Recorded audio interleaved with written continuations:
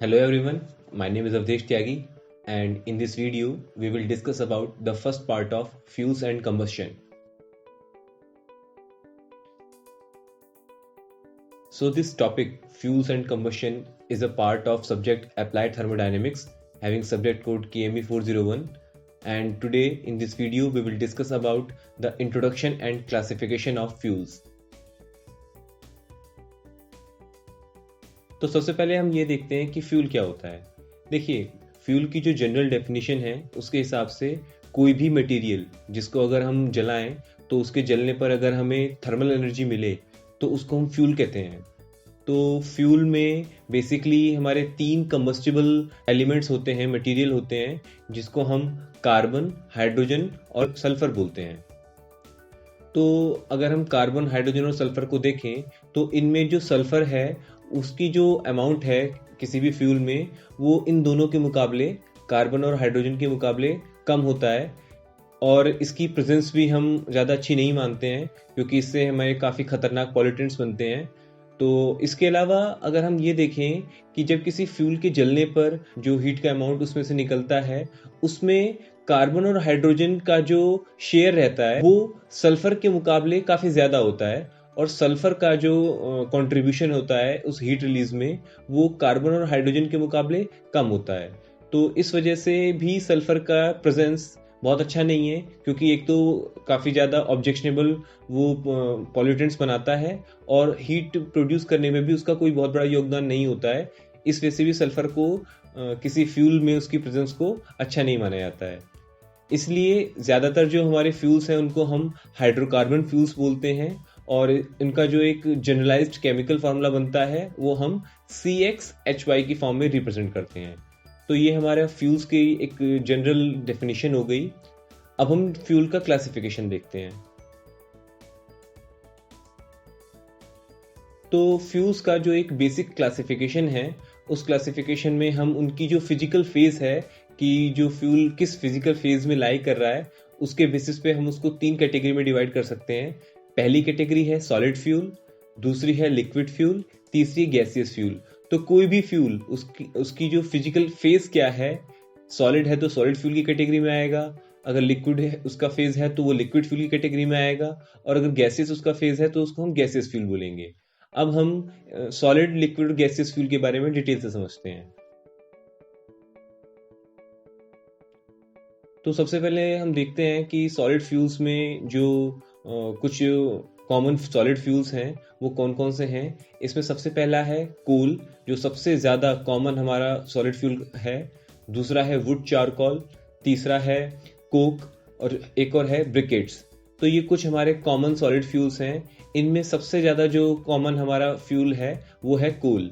कोल के फॉर्मेशन के पीछे एक थियरी है जिसको यूनिवर्सली अब एक्सेप्ट कर लिया गया है। तो इस थियरी के हिसाब से ये माना गया है कि जो हजारों लाखों साल पहले जो हमारे कुछ प्लांट थे वो ज़मीन में नीचे दब गए, तो वहाँ पर ज़्यादा प्रेशर और ज़्यादा हीट की वजह से उनमें चेंजेस आने शुरू हुए, और कई लाखों साल के बाद धीरे धीरे वो डार्क ब्राउन या ब्लैक कलर के सेडिमेंट्री रॉक में कन्वर्ट हो गए। तो उसी को कोल माना गया है। तो अगर हम देखें तो धीरे धीरे उनके जो कोल के बनने की जो प्रोसेस है उसमें कई सारी स्टेजेस आती हैं। पहले एक लो क्वालिटी का कोल बनता है, फिर धीरे धीरे धीरे उसकी जो क्वालिटी है वो इम्प्रूव होने लगती है। तो इस तरीके से कोल की कई कैटेगरी भी आ जाती है। तो उसके अंदर जो कॉम्पोजिशन है वो भी चेंज होने लगता है। तो कॉम्पोजिशन के बेसिस पे हम ये देखते हैं कि हम कोल को कैसे क्लासिफाई कर सकते हैं।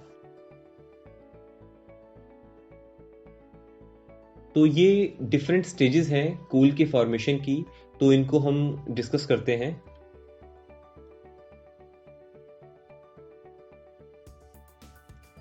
तो अगर हम यहाँ पर देखें तो सबसे पहले ये हमारा जो प्लांट का जो मलबा होता है इसको हम प्लांट डेब्रिस बोलते हैं। सबसे पहले ये किसी पर्टिकुलर एरिया में ये हमारा जब ज़मीन के अंदर दब जाता है और जब लगातार काफ़ी ज़्यादा हीट और काफ़ी ज़्यादा प्रेशर वहाँ पर होता है तो उसका डीकम्पोजिशन स्टार्ट होता है। तो उस डीकम्पोजिशन के होने की वजह से सबसे पहले वो पीट में कन्वर्ट होता है। तो ये सबसे शुरुआती फॉर्म है कन्वर्जन की, पीट। पीट के बाद जब उसमें और ज़्यादा प्रेशर और ज़्यादा हीट और काफ़ी ज़्यादा टाइम लगता है, ये 3 फैक्टर हो गए, प्रेशर, हीट एंड टाइम। तो उसके बाद जो पीट है वो लोएस्ट क्वालिटी ऑफ कोल जिसको हम कह सकते हैं वो है लिग्नाइट, उसमें कन्वर्ट होने लगता है। तो यहाँ पर हमें लिग्नाइट मिला। उसके बाद जब और ज़्यादा टाइम मिलता है तो वो धीरे धीरे हमारा एक ब्राउन कोल में कन्वर्ट होने लगता है। फिर सेम वही प्रोसीजर जब आगे बढ़ता है और ज़्यादा टाइम बीतता है तो ब्राउन कोल हमारा सब बिटुमिनस कोल में कन्वर्ट हो जाता है। फिर सब बिटुमिनस कोल से हमें बिटुमिनस कोल मिलता है और बिटुमिनस कोल से हमें सेमी बिटुमिनस कोल मिलता है। फिर सेमी बिटुमिनस कोल से हमें सेमी एंथ्रासाइट कोल मिलता है और सेमी एंथ्रासाइट कोल से हमें कोल की जो हाईएस्ट क्वालिटी है वो हमें मिलती है और वो है हमारी एंथ्रासाइट कोल। तो क्वालिटी वाइज अगर हम देखें तो यहाँ पे हम ये मान सकते हैं कि ये जो लिग्नाइट है, लिग्नाइट को हम लोएस्ट रैंक का कोल मानते हैं और जो बिटुमिनस कोल है इसको हम मीडियम रैंक का कोल मानते हैं। लिग्नाइट में जो हमारा लिग्नाइट जो कोल है ये इसके अंदर हीटिंग वैल्यू जो होती है वो सबसे कम होती है। इन तीनों में अगर हम देखें तो सबसे कम लिग्नाइट की हीटिंग वैल्यू होती है और इसके अंदर कार्बन की परसेंटेज भी सबसे कम होती है। वहीं बिटुमिनस कोल में लिग्नाइट के मुकाबले हीटिंग वैल्यू ज़्यादा होती है और इसके अंदर कार्बन का जो परसेंटेज है वो लिग्नाइट के मुकाबले ज़्यादा होता है। वहीं अगर हम देखें जो कोल की हाईएस्ट रैंक है वो है एंथ्रासाइट कोल। एंथ्रासाइट कोल में जो हीटिंग वैल्यू है वो सबसे ज़्यादा होती है और कार्बन की परसेंटेज भी सबसे ज़्यादा होती है। तो एंथ्रासाइट कोल को हम कोल की हाईएस्ट क्वालिटी मानते हैं। इसके बाद एंथ्रासाइट कोल के बाद भी अगर हम देखें इस प्रोसेस के जरिए जो सबसे फाइनेस्ट जो हमें प्रोडक्ट मिलेगा वो है ग्रेफाइट। ग्रेफाइट हमारा हम जानते हैं कि पेंसिल लेड में भी यूज़ होता है और इसके अलावा जो ये ग्रेफाइट होता है ये काफ़ी ज़्यादा सॉफ्ट इसका नेचर होता है, तो इस वजह से हम इसको एज लुब्रिकेंट भी यूज़ करते हैं। तो ये हैं different stages of coal formation. इस पूरे डायग्राम को अगर हम एक नाम देना चाहें तो इसको हम कोलिफिकेशन भी बोल सकते हैं।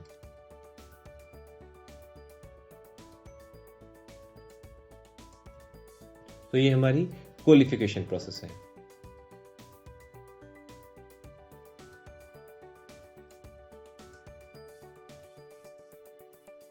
अब हम देखते हैं कि हमने देखा जैसे कि हमारे प्लांट डेब्रिस से पीट बना, पीट से हमारा लिग्नाइट बना और अल्टीमेटली हमें एंथ्रासाइट कोल और बाद में हमें ग्रेफाइट मिल जाता है। तो अलग अलग स्टेजेस पर हमें अलग अलग तरीके के कोल मिलते हैं। तो वहाँ पर जो उनके जो कंटेंट्स हैं, जो एलिमेंट्स हैं, उनकी जो परसेंटेज शेयरिंग है बाय मास वो चेंज होती रहती है। तो और ये वर्ल्ड के अलग अलग जो ज्योग्राफिकल एरिया हैं वहाँ पर भी ये चेंज होती है। तो उसको अगर हम देखें तो इनकी एक रेंज बनकर आती है, उस रेंज को अब हम समझते हैं।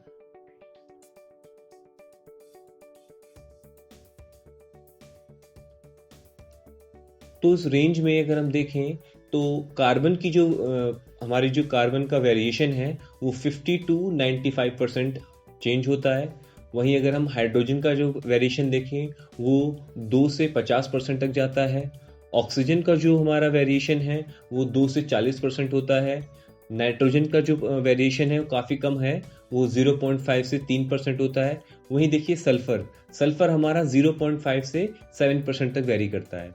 तो अगर हम मेन इनमें जो कंबस्टिबल एलिमेंट लें तो हमारे मेन कंबस्टिबल एलिमेंट हैं हमारे कार्बन, हाइड्रोजन एंड सल्फर। लेकिन जैसे हमने पहले भी डिस्कस किया हुआ है कि इसमें सल्फर को हम उसकी प्रेजेंस अच्छी नहीं मानते हैं और इसका क्योंकि कंटेंट भी कम होता है इसीलिए हम कार्बन और हाइड्रोजन के ऊपर ज़्यादा ध्यान देते हैं। और किसी भी कोल के जलने के बाद जब उसका कंबशन होता है तो हमें कुछ ऐश भी मिलती है, राख। तो वो उसका वेरिएशन अलग अलग कोल में 2 से 30% तक है। तो ये एक जनरल मास वेरिएशन है जो किसी भी कोल में पाया जाता है।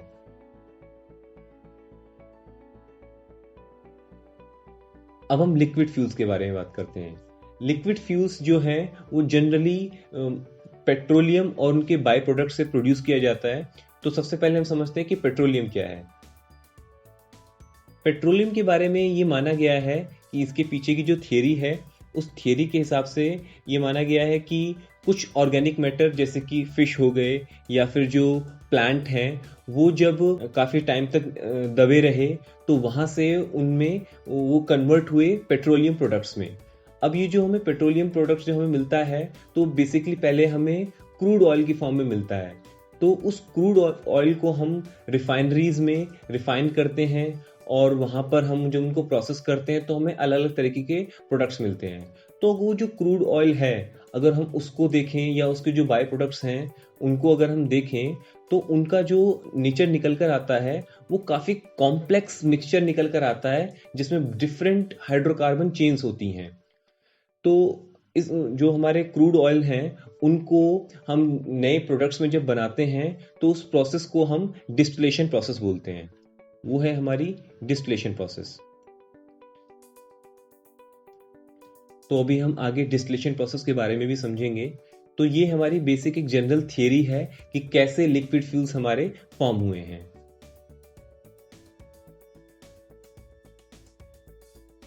तो अभी हम आगे डिस्टिलेशन प्रोसेस को समझेंगे। तो उस प्रोसेस में हम सबसे पहले ये देखेंगे कि जब हम डिस्टिलेशन करना शुरू करते हैं तो हमें शुरू में कुछ प्रोडक्ट्स मिलना शुरू होते हैं। तो जो प्रोडक्ट सबसे ज़्यादा वॉलेटाइल होता है वो सबसे पहले हमें मिलता है, जैसे कि हमारा गैसोलीन है। ये गैसोलीन है, जब हम क्रूड ऑयल से प्रोडक्ट बनाने की शुरुआत करते हैं डिस्टिलेशन प्रोसेस में, तो सबसे पहले हमें गैसोलीन मिलता है क्योंकि ये सबसे ज़्यादा वॉलेटाइल हाइड्रोकार्बन है। इसके बाद हमें कुछ और प्रोडक्ट्स भी मिलने शुरू होते हैं, जैसे कि हमारा केरोसिन हो गया, डीजल फ्यूल हो गया या फ्यूल ऑयल हो गया। तो ये हमें मिलना शुरू होते हैं क्योंकि वो गैसोलीन के मुकाबले कम वॉलेटाइल प्रोडक्ट्स हैं। ये हमारे कम वॉलेटाइल हैं। तो इस तरह से हमें उनकी वॉलेटिलिटी के बेसिस पे अलग अलग तरीके के प्रोडक्ट मिलते हैं। तो अब हम डिस्टिलेशन प्रोसेस को समझते हैं। ये हमारा डिस्टिलेशन प्रोसेस का एक स्कीमेटिक डायग्राम है। तो इस डायग्राम को हम जूम इन करके देखते हैं।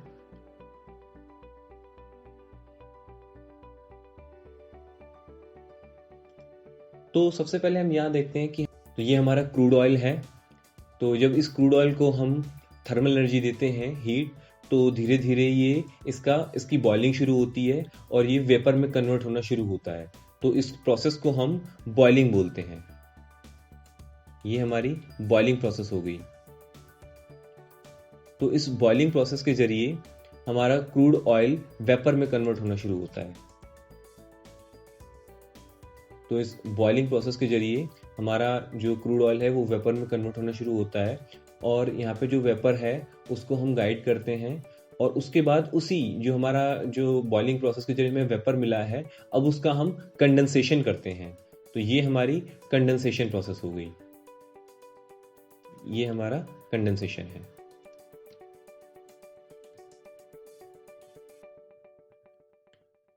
तो देखिए यहाँ पर हमने बॉइलिंग किया, उसके बाद हमने यहाँ पर उसी का जो वेपर हमारी बनकर आई है उसका कंडेंसेशन किया।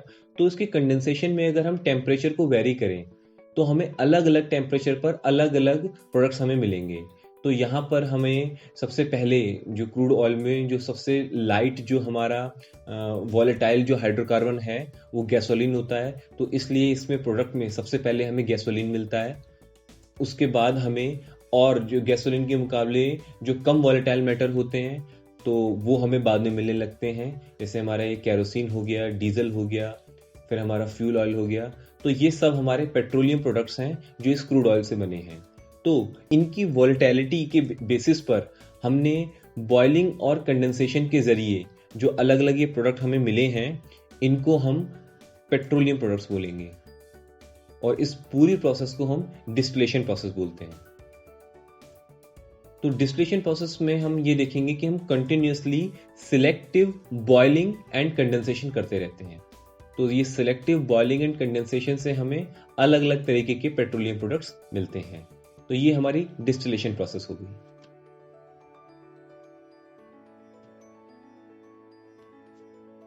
अब हम गैसियस फ्यूल्स के बारे में डिस्कस करते हैं।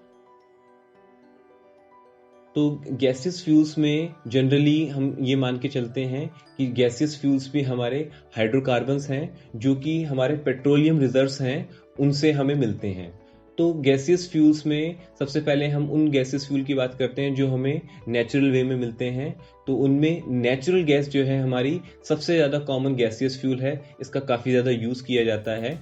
और इस नेचुरल गैस को हम अगर कंप्रेस करके यूज़ करते हैं व्हीकल्स में तो वो हमारी सीएनजी कहलाती है, यानी कि हमारी कंप्रेस्ड नेचुरल गैस। तो नेचुरल गैस को हम बहुत जगह यूज़ करते हैं। इसके अलावा हम चाहें तो कुछ गैसियस फ्यूल्स को हम आर्टिफिशियल मेथड से भी बना सकते हैं। तो ये कुछ हमारे आर्टिफिशियल मेथड्स होते हैं। तो उन आर्टिफिशियल मेथड्स के बेसिस पर हमें जो प्रोडक्ट्स मिलते हैं उनमें से अगर हम कुछ प्रोडक्ट्स को देखें तो उनमें एक है हमारी कोल गैस।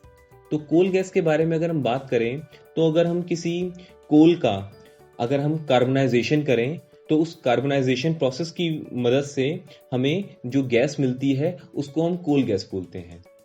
इसी तरीके से अगर हम कोल, कोक या जो पीट है उसका हम पार्शियल ऑक्सीडेशन करें तो हमें प्रोड्यूसर गैस मिल सकती है। पार्शियल ऑक्सीडेशन का मतलब है अगर हम उनको इनसफिशिएंट क्वांटिटी ऑफ एयर, यानी कि एयर की हम सफिशिएंट क्वांटिटी ना भेजें और उस इनसफिशिएंट क्वांटिटी ऑफ एयर के साथ अगर हम उनकी बर्निंग करें तो हमें जो गैस मिलेगी उसको हम प्रोड्यूसर गैस बोलते हैं। इसी तरीके से हम कुछ और प्रोडक्ट भी बना सकते हैं जैसे कि हमारी ब्लास्ट फर्नेस गैस हो गई।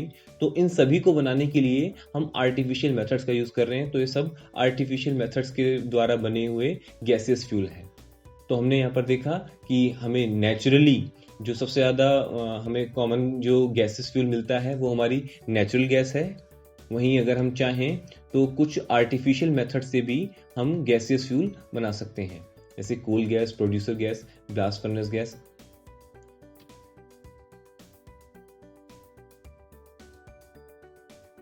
तो ये हमारे सॉलिड, लिक्विड और गैसेस फ्यूल्स का एक बेसिक इंट्रोडक्शन हो गया। अगर आपकी आज की वीडियो से रिलेटेड कोई भी क्वेरी है तो आप उस क्वेरी को इस ईमेल आईडी पर लिखकर भेज सकते हैं और मैं कोशिश करूंगा कि मैं आपकी उन क्वेरीज का जवाब दे सकूं। तो आज की इस वीडियो में हमने फ्यूल क्या होता है उसके बारे में समझा। इसके अलावा फ्यूल की जो 3 बेसिक कैटेगरीज हैं, सॉलिड फ्यूल, लिक्विड फ्यूल और गैसियस फ्यूल, उनके ओरिजिन के बारे में समझा और वो उनके डिफरेंट टाइप्स क्या क्या हैं उनके बारे में हमने समझा। ये हमारे डिपार्टमेंट की विजन एंड मिशन स्टेटमेंट है और ये हमारे इंस्टीट्यूट की विजन एंड मिशन स्टेटमेंट है। तो ठीक है, नेक्स्ट वीडियो में मिलते हैं।